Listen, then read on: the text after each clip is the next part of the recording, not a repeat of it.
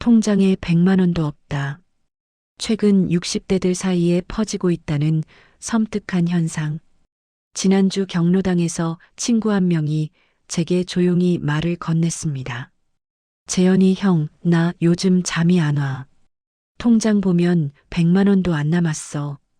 그 친구, 젊었을 때 성실하기로 소문났던 사람입니다. 맨손으로 시작해서 집도 장만하고 자식 셋 다 대학 보냈습니다. 그런데 지금은요. 통장에 돈이 없어서 매일 밤 천장만 바라본다고 합니다. 저는 그 말을 듣고 가슴이 철렁 내려앉았습니다. 왜냐하면 이게 그 친구만의 이야기가 아니기 때문입니다. 요즘 우리 또래 사이에서 이런 말이 자주 들립니다. 열심히 살았는데 남은 게 없다. 집은 있는데 생활비가 없다. 자식들 다 키워놨는데 나를 위한 돈은 없다. 섬뜩하지 않습니까? 평생 일하고 모으고 희생했는데 정작 우리 손에 남은 현금이 없습니다. 저는 30년간 재무 상담을 해왔습니다. 그동안 수많은 60대를 만났습니다. 그분들 중 상당수가 똑같은 문제를 안고 계셨습니다. 자산은 있는데 현금이 없다는 겁니다. 강남에 10억짜리 아파트를 가진 분이 병원비가 없어서 치료를 미루고 계셨고요. 20년 넘게 낸 보험이 있는데 당장 생활비가 없어서 적금을 깨는 분도 계셨습니다. 이게 무슨 일입니까? 우리가 뭘 잘못한 겁니까? 아닙니다. 이건 개인의 실패가 아닙니다. 우리 세대 전체가 겪고 있는 구조적인 문제입니다. 오늘 이 영상을 끝까지 보시면요. 지금 당장 확인해야 할 위험 신호 4가지를 알게 되십니다. 그리고 늦었다고 생각하는 지금 이 순간부터 현금 흐름을 만드는 구체적인 방법을 알게 되십니다. 더 이상 괜찮다는 말로 미루지 마십시오. 내일도 한 달 후에도 1년 후에도 통장은 그대로일 겁니다. 아니, 더 나빠질 수도 있습니다. 하지만 오늘 지금 이 순간 용기를 내서 통장을 들여다보신다면요. 흐름은 바뀔 수 있습니다. 저도 60이 넘은 사람입니다.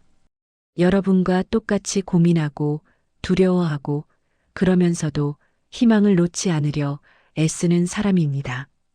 그러니까 이 영상은요. 제가 여러분께 일방적으로 가르치는 게 아닙니다. 우리가 함께 이 문제를 직면하고 함께 해결책을 찾아가는 시간입니다. 지금부터 제가 30년간 현장에서 보고 배운 것들을 모두 나눠드리겠습니다. 혹시 주변에 이런 고민하는 분 계시면 이 영상 꼭 공유해 주십시오. 그리고 구독, 좋아요도 함께 해주세요. 혼자 끙끙 앓지 말고 함께 이야기 나눠야 합니다. 그럼 시작하겠습니다. 왜 우리 세대는 현금이 사라졌나?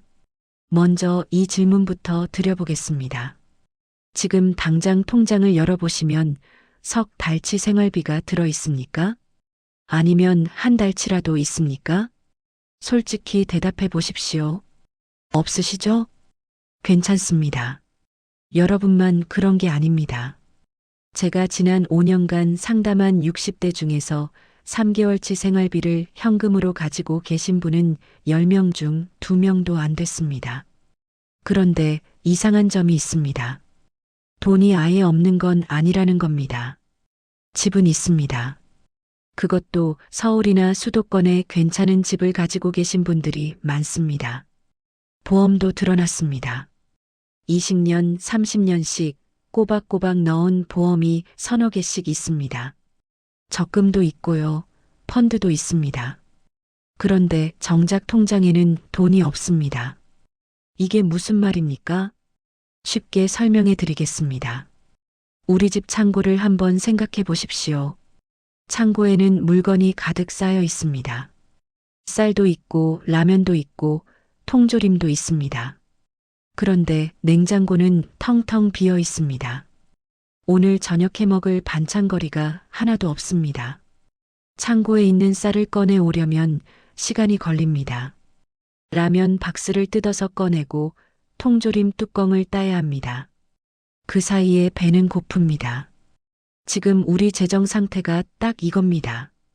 집 창고에는 10억이 들어있는데 냉장고인 통장에는 50만 원밖에 없습니다.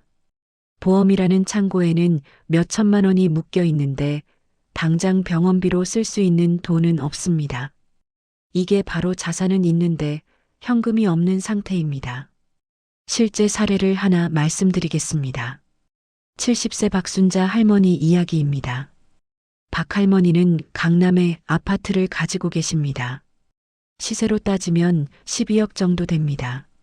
그런데 작년에 무릎 수술을 해야 하는 상황이 왔습니다. 수술비가 300만 원 정도 필요했습니다. 그런데 박 할머니는 그 돈이 없었습니다. 통장에는 50만 원밖에 없었고 연금은 한 달에 40만 원 받으십니다.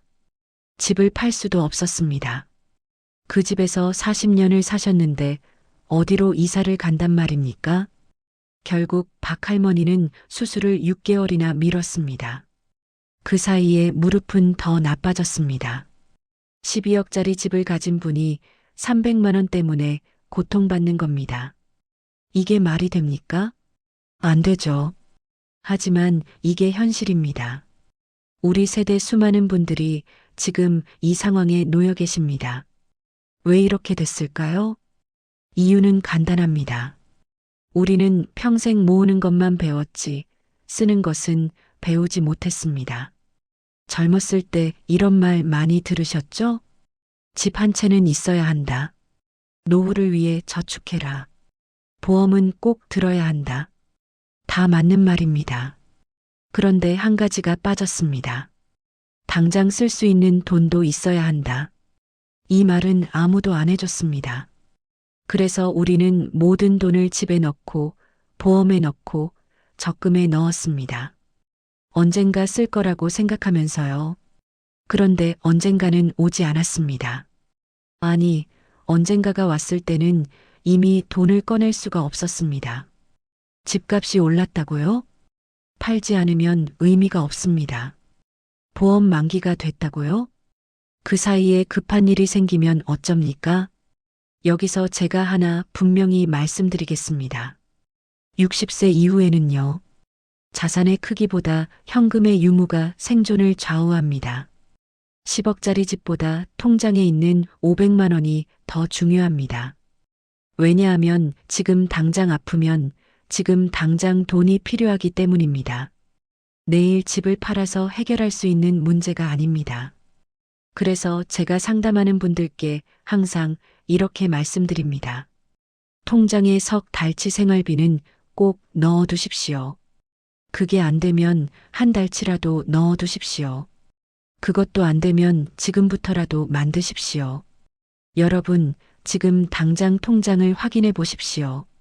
석 달치 생활비가 있습니까? 없으면 어떻게든 만들어야 합니다. 집을 작은 걸로 옮기든 보험을 정리하든 적금을 깨든 해서라도 만들어야 합니다. 왜냐하면 그게 여러분의 안전망이기 때문입니다. 그게 없으면 작은 위기에도 무너집니다. 이제 다음 이야기로 넘어가겠습니다. 그럼 왜 우리는 이 현금마저 다 써버렸을까요? 어디에 쓴 겁니까? 바로 그 이야기를 지금부터 해드리겠습니다. 자식 중심 소비가 만든 덫. 자, 그럼 우리 현금은 다 어디로 갔을까요? 솔직하게 말씀드리겠습니다. 대부분 자식들한테 갔습니다. 여러분, 고개를 끄덕이고 계시죠? 저도 그랬습니다. 제 친구들도 다 그랬습니다. 우리 세대는 그렇게 살아왔습니다. 초등학교 때부터 학원비, 중학교 때 과외비, 고등학교 때 입시 학원비. 대학 등록금은 또 얼마였습니까? 그것도 한 명이 아니라 2명, 3명 다 대학 보냈습니다. 그리고 졸업하면 끝입니까? 아닙니다. 결혼 자금 대주고, 전세 자금 보태주고, 애 낳으면 또 도와주고, 끝이 없었습니다. 그때는 당연한 선택이었습니다.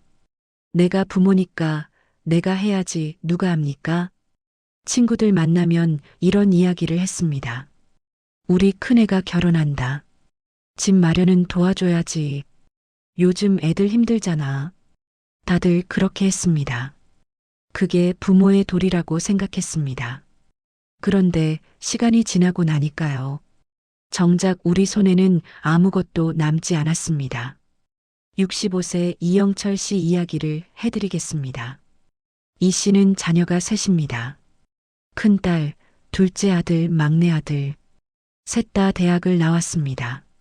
그것도 서울에 있는 괜찮은 대학이었습니다. 등록금만 해도 한 명당 5천만 원씩 들어갔습니다. 셋이니까 1억 5천만 원입니다. 그리고 큰딸이 결혼할 때 전세금을 3천만 원 보태줬습니다. 둘째 아들 결혼할 때는 5천만 원을 줬습니다.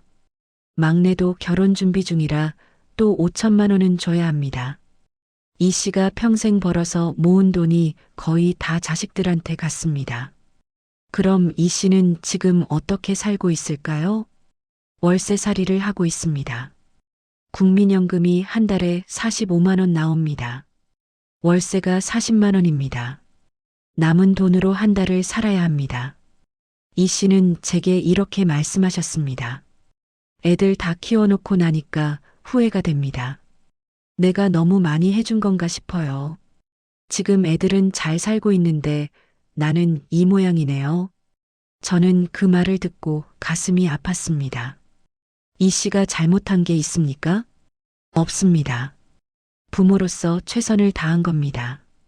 그런데 결과적으로는 본인의 안전망을 다 잃어버린 겁니다. 여러분, 이게 희생의 문제가 아닙니다. 구조의 문제입니다. 우리 세대는 자식을 위해 희생하는 게 당연하다고 배웠습니다. 부모는 자식보다 나중이다. 자식이 먼저다. 이렇게 배웠습니다. 그래서 항상 자신을 마지막에 뒀습니다. 내 것은 나중에 챙기지 뭐. 애들 다 키워놓고 나서 내 노후 준비하지. 이렇게 생각했습니다. 그런데 애들 다 키워놓고 나니까 이미 늦었습니다. 60이 넘었고 돈은 바닥났고 다시 벌기도 어렵습니다. 그제야 깨닫는 겁니다. 아, 내가 나를 너무 뒤로 밀었구나. 하지만 그때는 이미 돌이킬 수 없습니다. 제가 상담하면서 가장 많이 듣는 말이 이겁니다. 애들한테 해준 게 아깝지는 않아요. 근데 내 노후가 걱정되네요. 이 말 속에 우리 세대의 모든 게 담겨 있습니다. 자식은 아깝지 않은데 나는 걱정된다는 거. 이게 얼마나 슬픈 말입니까? 여기서 제가 꼭 드리고 싶은 말씀이 있습니다. 자식에게 잘해주는 게 나쁘다는 게 아닙니다. 당연히 도와줘야죠. 그런데 순서가 있다는 겁니다. 비행기 안전 수칙 아시죠? 산소 마스크가 떨어지면 어른이 먼저 쓰고 아이를 도와주라고 합니다. 왜 그럴까요? 어른이 쓰러지면 아이도 못 살리기 때문입니다. 노후 준비도 똑같습니다. 부모가 무너지면 결국 자식한테도 짐이 됩니다. 자식들이 부모 병원비 대주고 생활비 보태주고 그러다가 자기 가정이 힘들어집니다. 그게 여러분이 원하시는 겁니까? 아니지 않습니까? 그러니까 지금부터라도 순서를 바꾸셔야 합니다. 나를 먼저 챙기십시오. 내 노후 자금을 먼저 확보하십시오. 그리고 남는 게 있으면 그때 자식을 도와주십시오. 이게 진짜 부모의 사랑입니다. 자식한테 짐 안 되는 게 진짜 효도입니다. 70이 넘어서 자식한테 손 벌리는 게 효도입니까? 아니지 않습니까? 그러니까 지금이라도 늦지 않았습니다. 지금부터 나를 먼저 챙기는 연습을 하십시오. 자식이 돈 달라고 하면 이렇게 말하십시오. 미안하다. 아빠 엄마도 이제 노후 준비해야 한다. 지금 도와주면 나중에 너한테 더 큰 짐이 된다. 솔직하게 말하십시오. 자식도 이해합니다. 오히려 부모가 건강하게 노후를 보내는 게 자식한테도 더 좋습니다.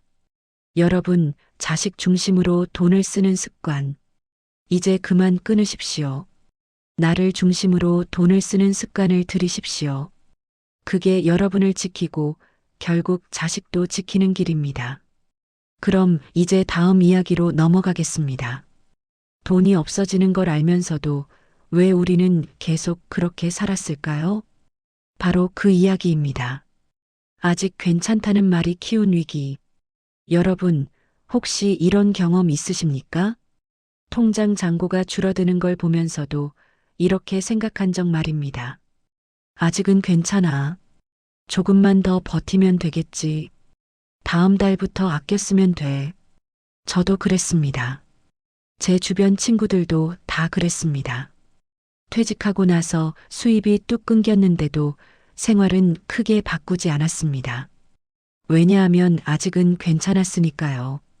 예금이 좀 있었고, 퇴직금도 받았고, 그래서 버틸 수 있었습니다.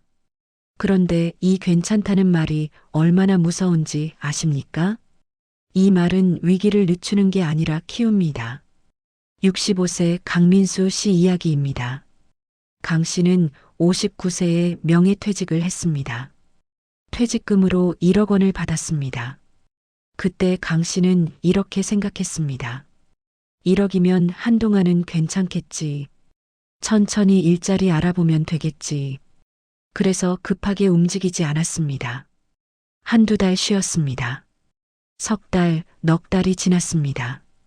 1년이 지났습니다. 그 사이에 통장에서는 매달 200만 원씩 빠져나갔습니다. 생활비로 150만 원, 보험료로 30만 원, 경조사비며 이것저것 해서 200만 원. 1년이면 2,400만 원입니다. 2년이면 4,800만 원입니다. 3년이면 7,200만 원입니다. 강 씨는 63세가 됐을 때 깨달았습니다. 이제 2천만 원밖에 안 남았다는 걸. 그제야 급해졌습니다. 일자리를 알아봤습니다. 그런데 63세에 괜찮은 일자리가 있습니까? 없습니다. 경비, 택배, 대리운전. 이런 일밖에 없었습니다. 강 씨는 결국 아파트 경비로 들어갔습니다. 월급이 180만 원입니다. 그나마 야간 근무를 해야 그 정도 받습니다. 강 씨는 제게 이렇게 말했습니다.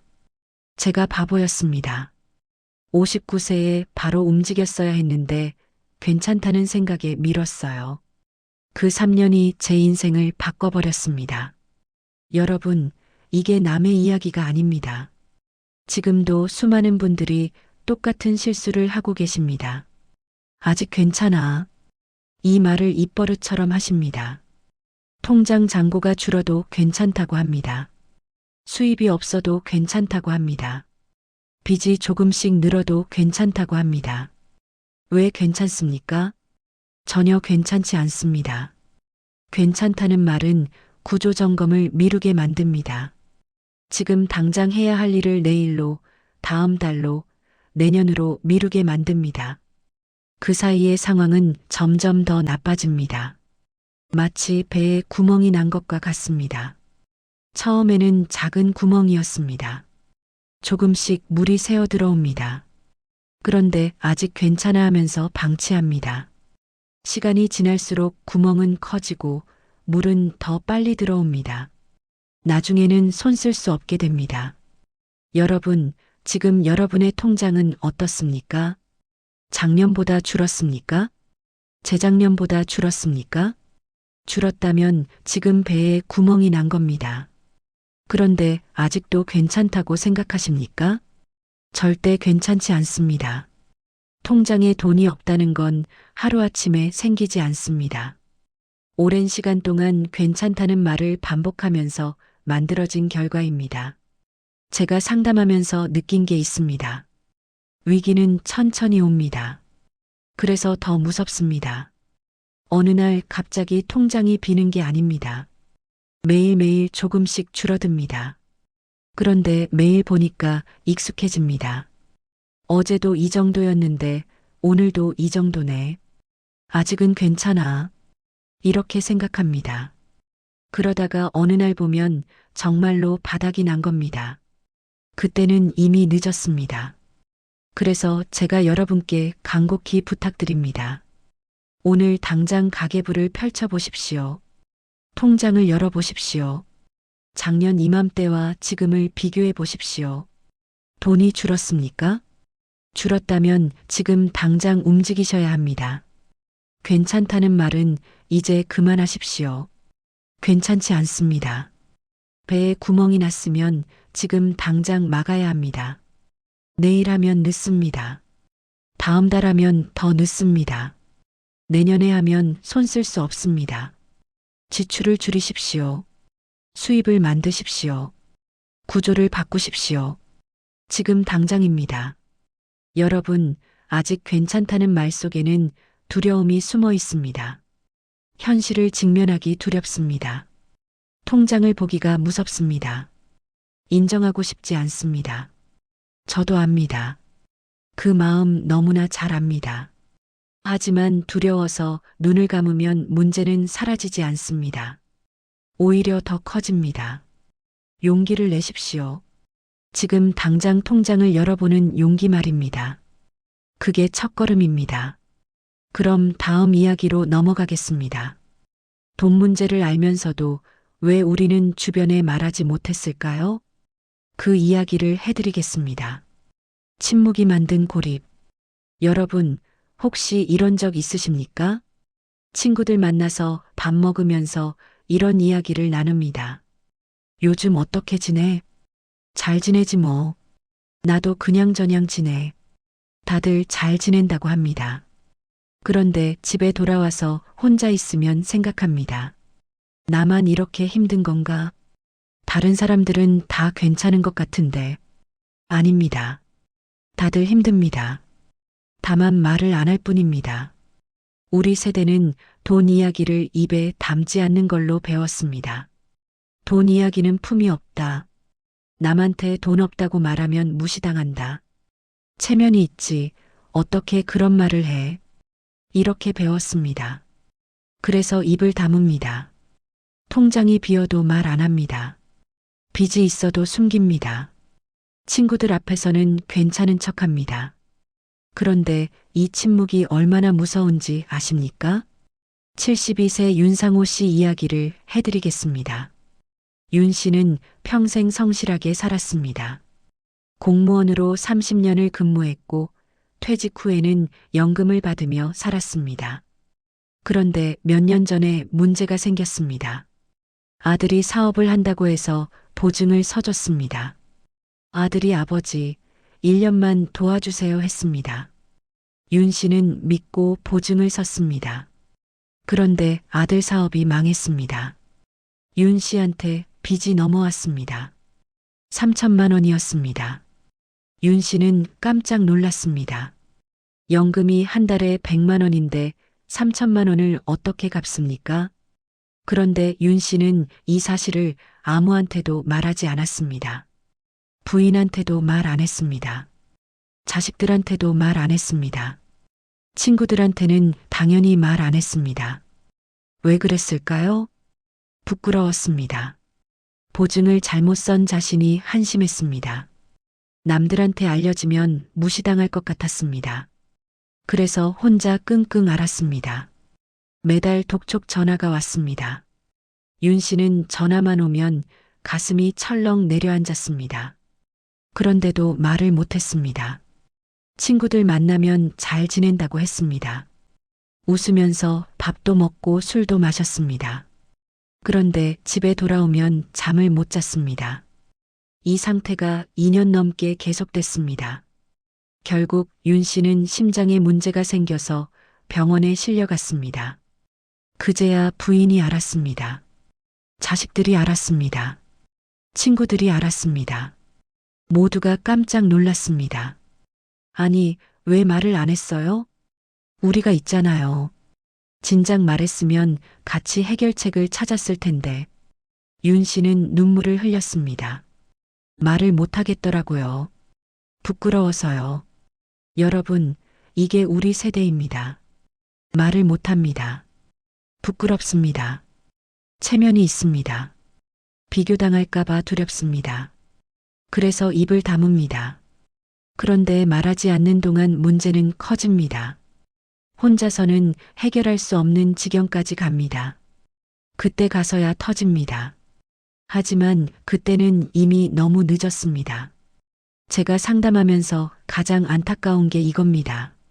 진작 말했으면 방법이 있었을 텐데 너무 늦게 온다는 겁니다. 돈 문제는 시간이 지날수록 해결하기 어려워집니다. 빚은 이자가 붙어서 불어납니다. 건강은 악화되어서 병원비가 더 듭니다. 기회는 사라집니다. 그래서 빨리 말해야 합니다. 빨리 도움을 청해야 합니다. 가족한테 말하십시오. 친구한테 말하십시오. 전문가한테 상담받으십시오. 돈이 없어요. 빚이 있어요. 도와주세요. 이 말하기가 그렇게 어렵습니까?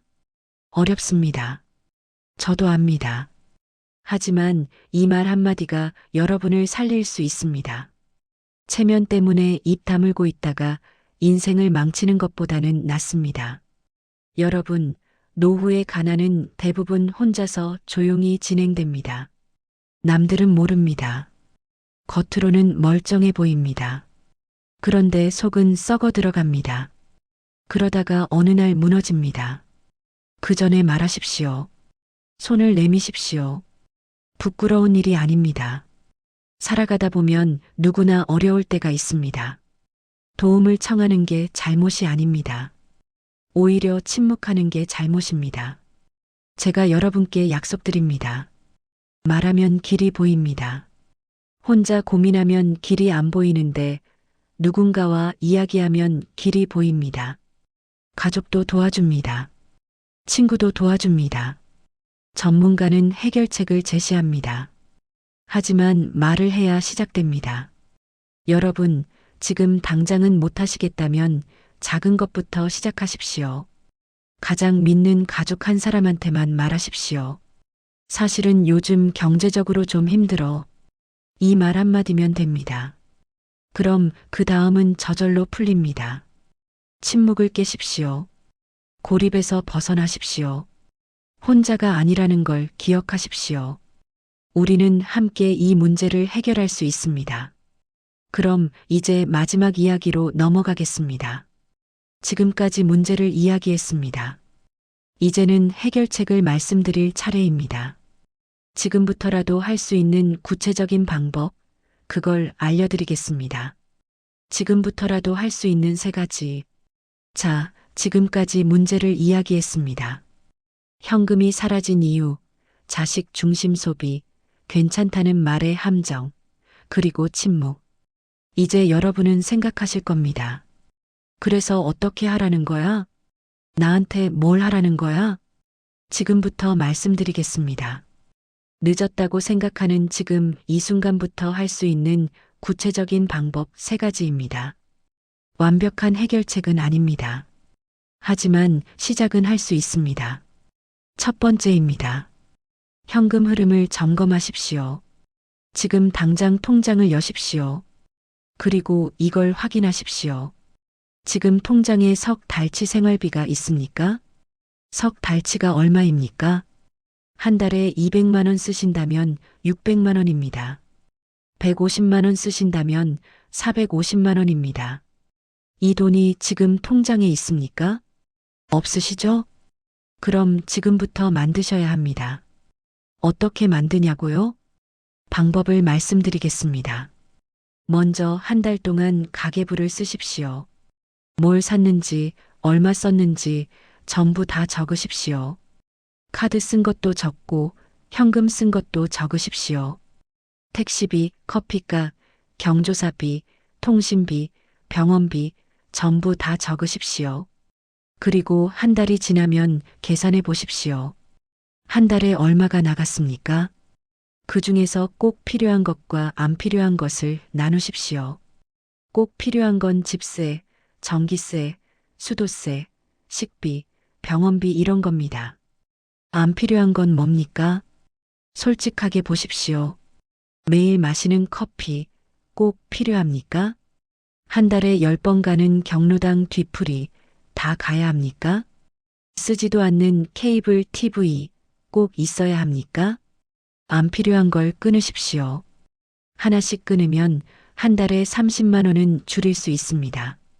30만 원이면 1년에 360만 원입니다. 2년이면 720만 원입니다. 작다고요? 1000만 원이 없는 상황에서 700만 원은 큽니다. 그리고 수입을 확인하십시오.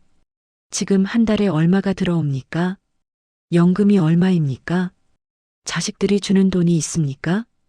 임대 수입이 있습니까? 전부 다 합쳐서 한 달 수입을 계산하십시오.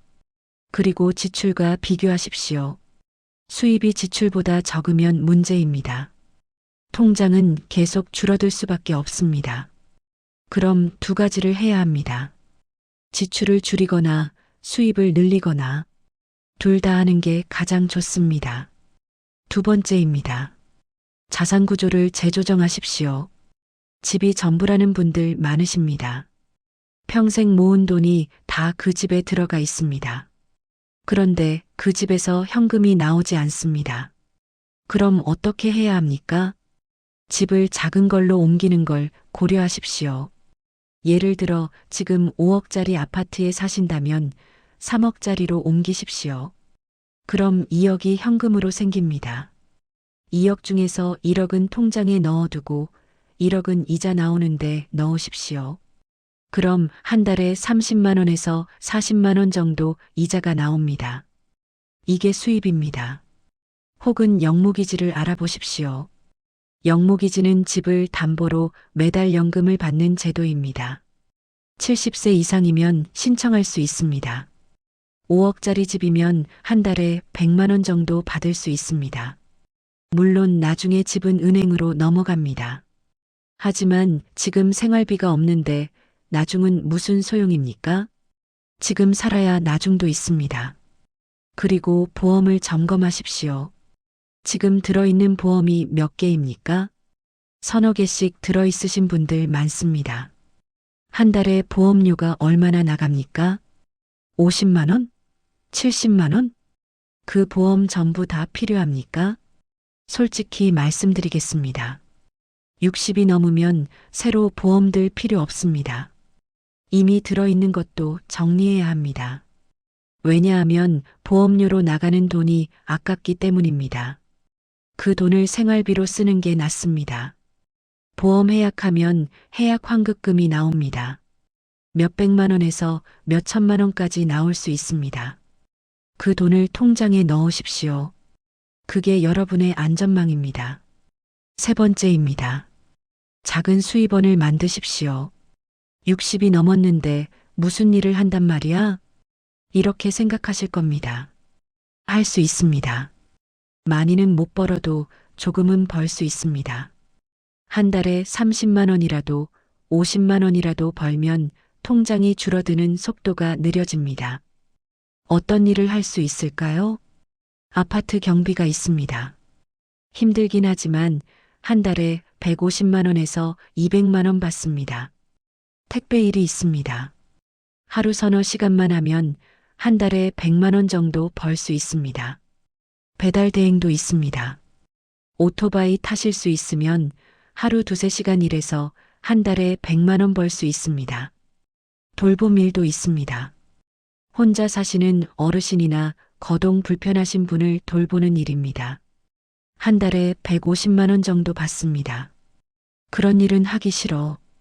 이렇게 생각하실 수 있습니다. 체면이 상한다고 생각하실 수도 있습니다. 하지만 여러분, 일하는 게 부끄러운 게 아닙니다. 놀고 먹다가 자식한테 손 벌리는 게 부끄러운 겁니다. 60에도 70에도 일할 수 있으면 일하는 게 맞습니다. 건강에도 좋고 돈도 벌고 무엇보다 자존감이 생깁니다. 실제 사례를 말씀드리겠습니다. 69세 김복순 할머니입니다. 김할머니는 65세에 돌봄 일을 시작했습니다. 처음에는 망설였습니다. 내가 이 나이에 남의 집에 가서 일을 한다고? 하지만 시작하고 나니 생각이 바뀌었습니다. 일하는 게 생각보다 괜찮았습니다. 돌보는 할머니도 자기보다 나이가 많았고 서로 이야기도 나누고 밥도 같이 먹고 외롭지 않았습니다. 그리고 한 달에 80만 원을 받았습니다. 80만 원이면 생활비 절반입니다. 연금이 50만 원 나오니까 합쳐서 130만 원입니다. 김할머니는 이제 자식들한테 손 안 벌립니다. 오히려 명절 때 용돈을 줍니다. 손주들 간식도 사줍니다. 김할머니는 제게 이렇게 말했습니다. 일하기 전에는 매일 불안했어요. 통장 잔고 보면서 이걸로 얼마나 더 버틸 수 있을까 생각했죠. 근데 지금은 마음이 편합니다. 일하니까 돈이 들어오잖아요. 조금씩이라도 모을 수 있어요. 여러분, 이게 답입니다. 작더라도 정기적인 수입이 있으면 마음이 편해집니다. 통장 잔고가 줄어들지 않는다는 것만으로도 큰 위안이 됩니다. 그러니까 일할 수 있으면 일하십시오. 체면 생각하지 마십시오. 일하는 게 자랑입니다. 자, 정리하겠습니다. 지금부터 할 수 있는 3가지입니다. 첫째, 현금 흐름 점검하고 석 달치 생활비 확보하십시오. 둘째, 자산 구조 재조정해서 유동성 확보하십시오. 셋째, 작은 수입원이라도 만드십시오. 이 3가지만 하셔도 상황은 달라집니다. 완벽하게 해결되지는 않을 수 있습니다. 하지만 지금보다는 훨씬 나아집니다. 그리고 가장 중요한 건 지금 당장 시작하는 겁니다. 내일 하면 늦습니다. 오늘 하십시오. 지금 이 영상 끝나면 바로 통장 열어보십시오. 가계부 꺼내십시오. 가족과 이야기하십시오. 그게 첫걸음입니다. 그럼 이제 마무리로 넘어가겠습니다. 여러분, 오늘 이야기 어떠셨습니까? 저는 오늘 편하지 않은 이야기를 많이 했습니다. 통장에 돈이 없다는 이야기, 자식한테 다 쓴 이야기, 괜찮다고 하면서 방치한 이야기, 말하지 못하고 숨긴 이야기. 솔직히 듣기 불편하셨을 겁니다. 나보고 잘못 살았다는 거야? 나더러 후회하라는 거야? 아닙니다. 절대 그런 게 아닙니다. 여러분은 잘못 산 게 아닙니다. 평생 일하고 자식 키우고 성실하게 살아오신 겁니다. 그게 잘못일 리가 없습니다. 다만 우리가 몰랐던 겁니다. 노후를 이렇게 준비해야 한다는 걸 아무도 가르쳐 주지 않았습니다. 우리는 그저 열심히 살면 되는 줄 알았습니다. 그런데 세상이 바뀌었습니다. 우리가 젊었을 때와는 다른 세상이 됐습니다. 그래서 준비되지 않은 채로 60을 맞이한 겁니다. 이건 개인의 실패가 아닙니다. 우리 세대 전체가 겪고 있는 일입니다. 그래서 저는 오늘 이 영상을 만들었습니다. 혼자가 아니라는 걸 알려드리고 싶었습니다. 여러분만 힘든 게 아닙니다. 저도 힘듭니다. 여러분 친구들도 힘듭니다. 경로당에서 만나는 그분들도 다들 힘듭니다. 다만 말을 안 할 뿐입니다. 그러니까 이제 우리 함께 이야기합시다. 숨기지 말고 부끄러워하지 말고 솔직하게 이야기합시다. 그리고 함께 해결책을 찾아갑시다. 오늘 제가 말씀드린 3가지 기억하십니까? 현금 흐름 점검하기, 자산 구조 재조정하기, 작은 수입원 만들기. 완벽한 방법은 아닙니다. 하지만 시작은 할 수 있습니다. 그리고 시작하면 길이 보입니다. 저는 30년간 수많은 분들을 봤습니다. 60에 바닥을 치신 분들도 봤고 70에 다시 일어서신 분들도 봤습니다. 늦었다고 생각할 때가 가장 빠를 때입니다. 지금 시작하십시오. 오늘 이 영상 끝나는 순간부터 시작하십시오. 통장 열어보는 것부터 시작하십시오. 가족과 이야기하는 것부터 시작하십시오. 그럼 여러분의 노후는 달라질 겁니다. 저는 여러분을 응원합니다. 우리는 평생 열심히 살아왔습니다. 앞으로도 잘 살 수 있습니다. 포기하지 마십시오. 희망을 놓지 마십시오. 우리 함께 이 어려움을 이겨냅시다. 오늘 영상이 도움이 되셨다면 댓글로 여러분의 이야기를 나눠주십시오. 저도 이런 고민 있어요. 저는 이렇게 해결했어요. 서로 도움이 되는 이야기들을 나눠주시면 감사하겠습니다. 그리고 주변에 이런 고민하시는 분 계시면 이 영상 꼭 공유해 주십시오. 혼자 끙끙 앓고 계실 수 있습니다. 함께 나누면 짐이 가벼워집니다. 여러분의 노후가 편안하고 행복하기를 진심으로 기원합니다. 감사합니다.